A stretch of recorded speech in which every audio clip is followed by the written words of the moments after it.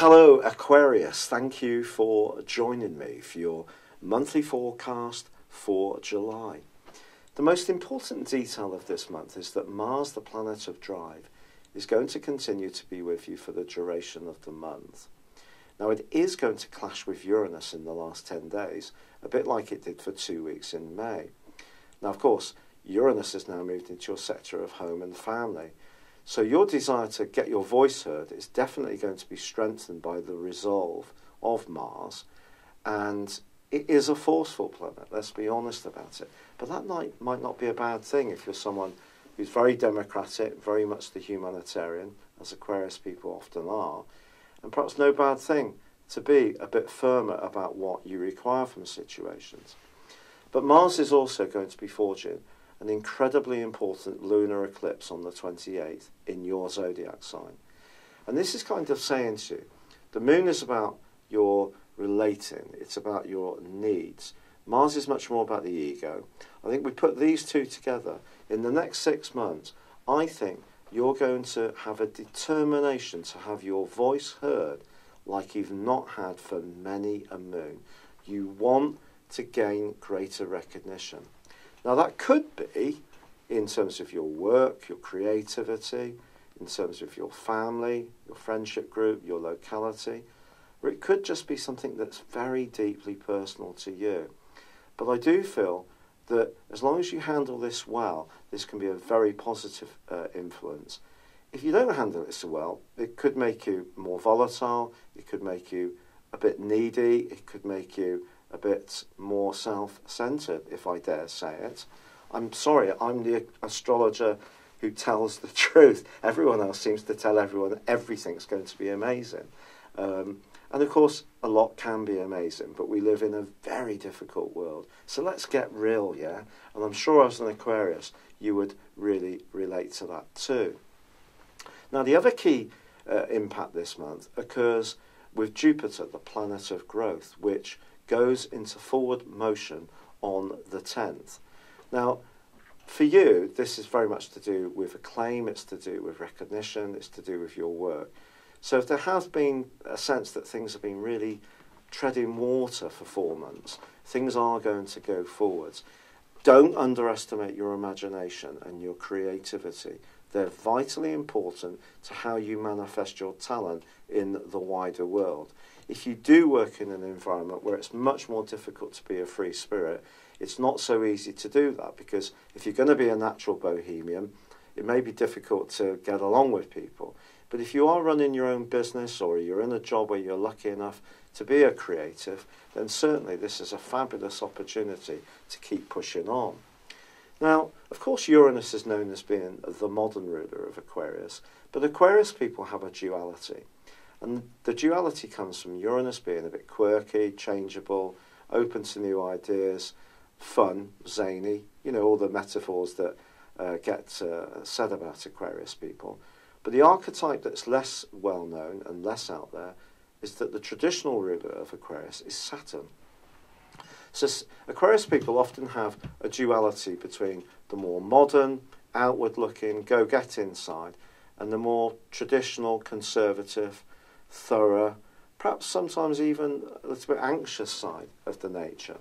And that is going to be a feature this month. But you know, Saturn does forge a terrific angle with Uranus all this month.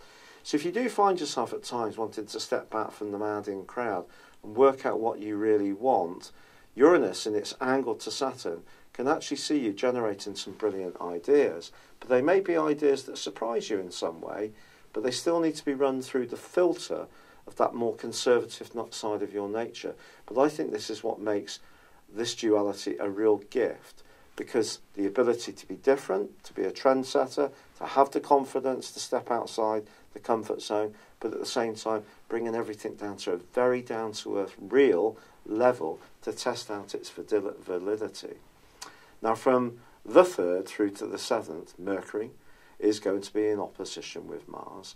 But the thing I need to tell you is that through to the 9th, Mercury and Venus are both going to be in your opposite sign, and Mercury is actually going to be in the sign of Leo for the rest of the month, which is terrific because this can bring into a sharper focus your ability to listen well to people who are different to you, to interact in a more logical way, because you're going to need it, quite frankly.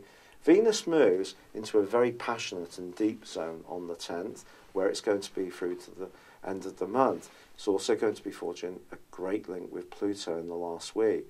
And if there is a secret fascination you've got with someone, or you've got an admirer that you're not aware of, that could all start to come into the open as July comes to a close. But I have to say that with the Sun in opposition to Pluto in week 2, this is a real challenging aspect. The Sun's in a part of your horoscope that's to do with your bodily functions, it's to do with your health, it's to do with work, diet, fitness, structure, life organisation. I'm sure I don't have much 6th house in my horoscope. Come to think of it, I know I haven't got very much 6th house. But what we're saying here seriously is that some kind of transformation can go on in those areas, but it's going to be connecting, angling up to Pluto. And if there are changes that need to be made that you're resisting, Pluto could almost, through circumstances, conspire to make you look at them, particularly on the back of the partial solar eclipse, I beg your pardon, which occurs on the 13th. So for the next half year, although you have this wonderful opportunity to embrace your needs emotionally and in terms of your desire, the lunar eclipse on the 28th, you've got to be aware of the undercurrent that can run as well, which is quite psychological. If you're someone who finds it difficult to think or talk about mental health, for example, try to see things in the body as being multifunctional. We're not just a mind, we're not just a body. The body doesn't serve the mind.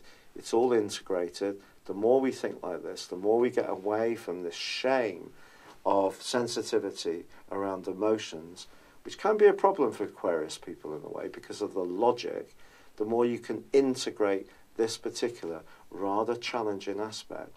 But if you do work somewhere where you don't particularly like the people, then watch your back a little bit. I can only be truthful here. Pluto is about secret enemies. And because it's in the 12th house, that is the area of secret enemies. So just be mindful that someone may plot or use the dark arts to in some way get at something that you're doing in a very honourable and worthy way, maybe even something I'm doing too.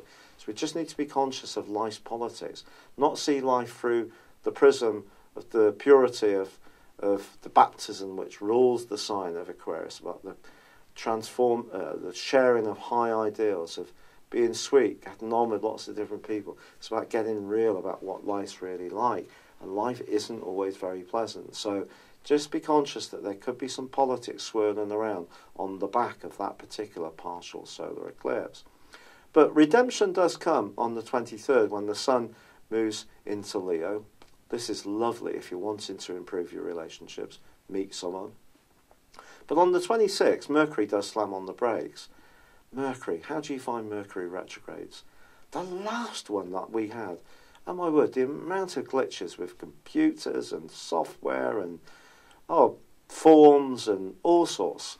But of course, all we can do is try to mitigate the things that we can influence. So in this area, this is about relating. So it's about tuning in, listening, something that I feel that most of us don't often do particularly well when it comes to others, because we're caught up in our own needs. But if you can, create a calmness over the next 6 months to tune into people on the back of the lunar eclipse that occurs, I think this initial Mercury retrograde will be less notable. However, what is obviously going to make things a bit more difficult is the fact that Mars is squaring with Uranus. So if you find yourself more impulsive as this month draws to a close, just try to rein that in a little bit. Try to think things through.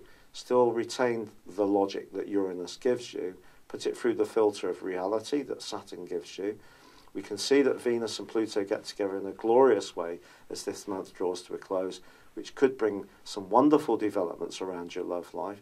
Perhaps a relationship that you've been working on, you're about to bring out into the open and parade someone that you immensely love and care for in a much more public way.